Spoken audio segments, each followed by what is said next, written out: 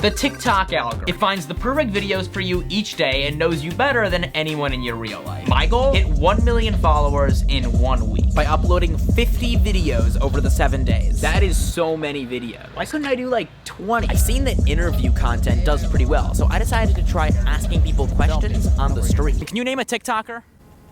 Your mom. I was pretty confident this would work out because last year I went from 0 to 100,000 followers in 1 week. And now all I had to do was take that account to 1 million. I have a question. What social media platform do you use most? Can I opt out of this? This was a whole new territory for me though. There's no one over here. But I really thought it was worth it. Because the only way to get views on TikTok is from people liking the video, commenting, sharing, looping it, and following the account. Those 5 interactions and how many times people do them tell TikTok how much people like the video. If we ask interesting enough questions, people will hopefully watch to the end, creating more looping, more comments, hopefully more likes, and therefore more views. I wanted to make it like a survey, like Billy on the street. Miss, for $1, name a woman. Name a woman? Yes, go! Any? Yes! Oh my god. Name a woman! This is a lot harder than I thought. Like, I'm surrounded by people. I don't want to go up to any of them. At first, I lacked Billy's confidence. Can you name a YouTuber? No. No? Can you name a TikToker? Oh my gosh, no. Can you name a YouTuber? PewDiePie? Okay, all right. How was this guy possibly able to do this? And how are people just responding to him? I mean, we have to interview these Vikings. We just look at what's going on here. This is golden content. I can't. What to do? What am I supposed to ask? Do you use YouTube? What? Do you use YouTube? Yeah. Who's your favorite YouTuber? Favorite TikToker? How do you feel about Logan Paul? What's that? Oh my god. He may or may not have said I don't know to every question, but I was starting to get the hang of it. And I felt good about this wholesome content because the whole point of this was to see if we could blow up in a week with a new format. Chi-town, big skyscrapers, and you know we get it like the Lakers. Balling so damn hard, you can see this can pay for. Hey! Thousands of people have hit 1 million in a week before, but it was always by accident. They just stumbled upon fame overnight. The people actually trying to grow never hit 1 million that fast. It always takes them at least a few months. Weird, right? This felt like it could really work though. Eventually, I got enough good responses where it was time to head home. My first video was asking people to name a TikToker, then asking others to name a YouTuber. Unsurprisingly, more people could name a YouTuber. I thought that was an interesting conclusion, so I published the video on YouTube first, thinking people would find that interesting too, and no. This is my worst performing YouTube short ever. You see, it's a 10 out of 10 by a lot. That means out of all of the last 10 videos I've made, this one is the worst. So that wasn't good at all. I realized there was one aspect I had completely forgotten about if I wanted to make interesting interview content. Miss, for $1. So I went back to the city for day 2 with hundreds of dollar bills at the ready, this time hitting the beach where I was hoping more people would be willing to talk. I'm queen of TikTok, follow me. CJ with 8J. Here's what we're gonna do. Here's what we're gonna do. I was right. For $1. How do you feel about Logan Paul? Logan Paul, he's a pretty good guy. I'm trying to box his ass for real, bro. I sent him a contract for Yeah, you like look like you would be legit. You could.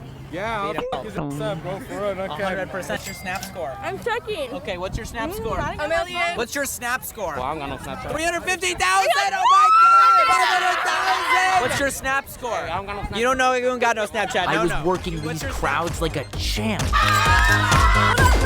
$1. As soon as I got home, I was slaving away at the edits for these, adding more and sounds than you can possibly imagine before I was finally ready to begin posting.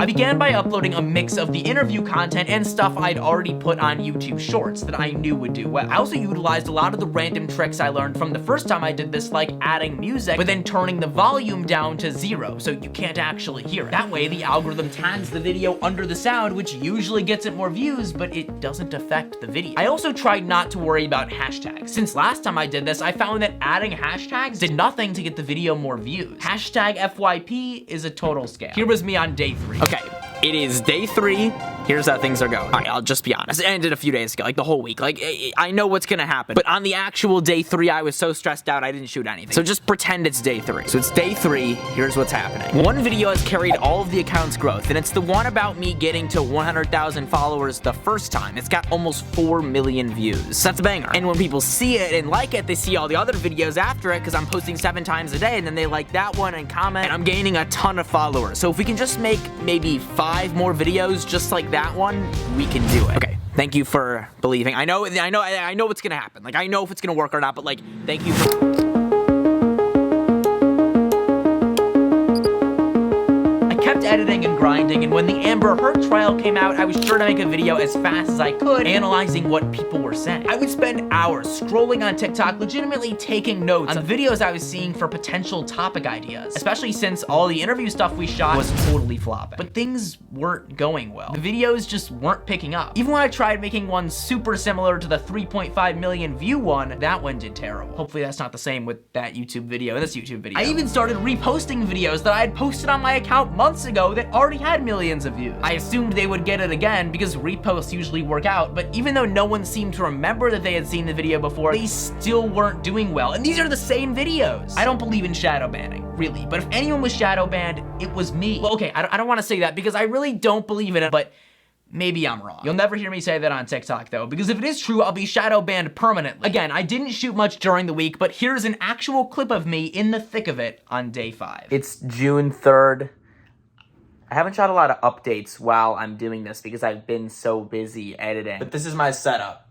Just computer on a cardboard box. I'm not gonna lie, I'm not feeling great about this. I'm super tired. I was up so late last night, like finishing one of the TikToks.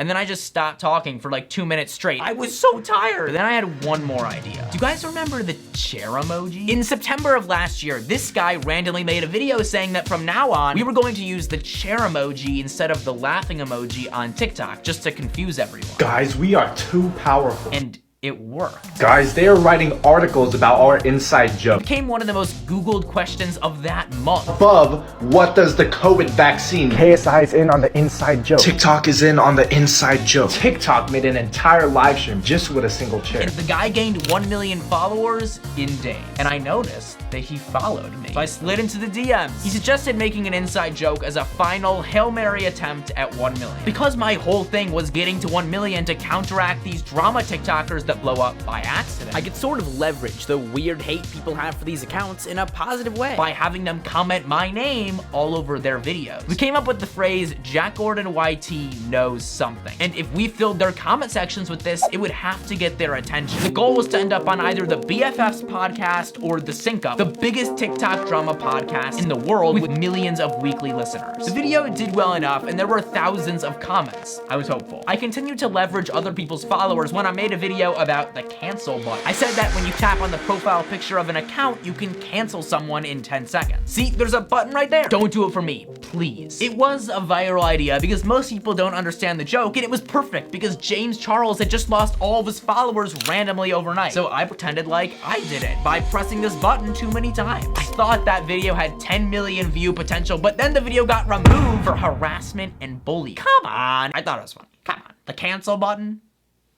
And while the 3 videos I ended up making about the inside joke got thousands more comments, these creators are just so big, it really wasn't enough to make a noticeable impact. You could find these comments, but you had to look for them. I was running out of time, but I knew this algorithm was controllable. All of these people blew up overnight, and they weren't even trying. Are they just algorithm geniuses? It made me feel really dumb that Charlie D'Amelio can just sit there and blow up, and I'm trying everything I possibly can, and it's not working. What I realized is they aren't geniuses, but they were doing viral ideas. Maybe that's the real reason why videos with a famous sound in them tend to get more likes. It's not because the algorithm likes them better, it's because they're probably doing a trend. There are tons of viral videos of absolutely crazy things, but can you name a single TikTok account with over 1 million followers not participating in any trends?